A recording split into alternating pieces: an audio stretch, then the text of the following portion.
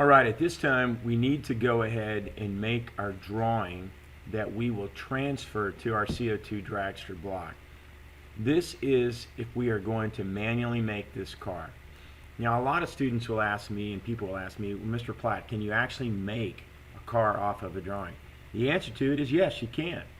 It's going to take some skill, work, and some craftsmanship on your part, and stuff you can easily learn using some basic tools like using a drill press, using a bandsaw, using a scroll saw, and using some sandpaper. You can actually go out and make very competitive dragsters that can go and win races and possibly win a national championship. I've actually seen it done with handmade dragsters.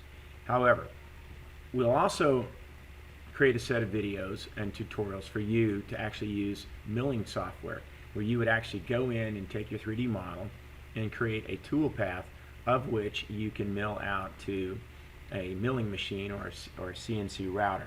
And there you can mill out your dragsters. Those dragsters that you mill out on a CNC machine are very, very high quality, very, very consistent, and very, very symmetric.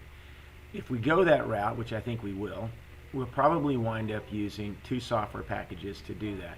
One software package that we'll use will be CamWorks, which is a very high-end product that's used by companies like Fender guitars, used by Roush Motorsports, using CamWorks. We'll also use a product, highly respected product, by a company called Vectrix, and it's a product called Aspire, where they have their Cut 3D module. But for now, let's get started on this one. So what I'm going to do is I'm going to come up to this one and remove information I do not need. For example, I do not need my dimensions, so I'll just come in here and start deleting those dimensions, and I can actually kind of draw a polygon.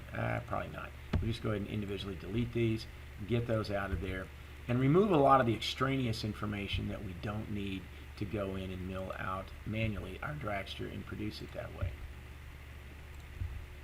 Okay, what I'm going to do now is I'm going to kind of zoom up here, and I'm going to look at this and find other things I don't need. Like, I'm going to select this one line here, and I'll come up to this command where it says hide and show edges.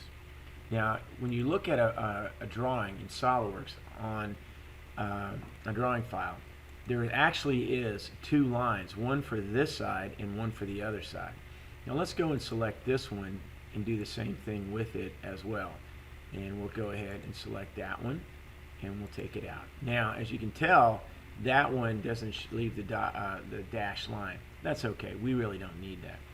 Here, I don't need some of the information you're going to see right here, such as the hub of your wheel. So you can right mouse click and remove that. We'll just come up here and do show hide, and we'll get rid of that, hide that component. Also, we don't need this part of the wheel on our drawing, because that's going to be something that's kind of confusing and lets us not see what we need to see. So I'll select that. I'll come up and say hide that edge. This we do need. This is the outer hub of our module on the wheel. So I'm just going to continue to come in here and remove those and get them out of the way, because we don't need this information. One of the techniques that we will employ on actually building this drawing and building this is we'll do what's called a transfer. And the transfer basically is you print your drawing, and then you go ahead and once you've got it printed, you go ahead and use it like a piece of carbon paper. You flip it upside down and you go out there and you remove that. Oh, we turned one on I didn't want to see. So I'll go ahead and turn that off as well.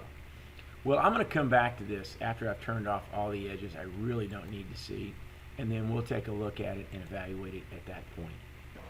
Okay, as you can see, I've gone ahead and taken out all of the dimension lines that I do not need. I went ahead and left this one here in so we can kind of see the curvature of where the actual CO2 chamber is going to be. We can mark that on the block when we actually transfer the drawing on there. Now here you can see where I turned off the lines that are not shown. Don't worry about that. When we print the drawing, we can actually come in and hand draw that in over that using a ruler. This is what we need right here to put on top of our drawing, actually put on top of our CO2 block, and transfer that to your actual CO2 block. The way you do it, again, is you print this sheet, you turn it upside down, you take a very dark pencil, and you just trace over those lines from the back side.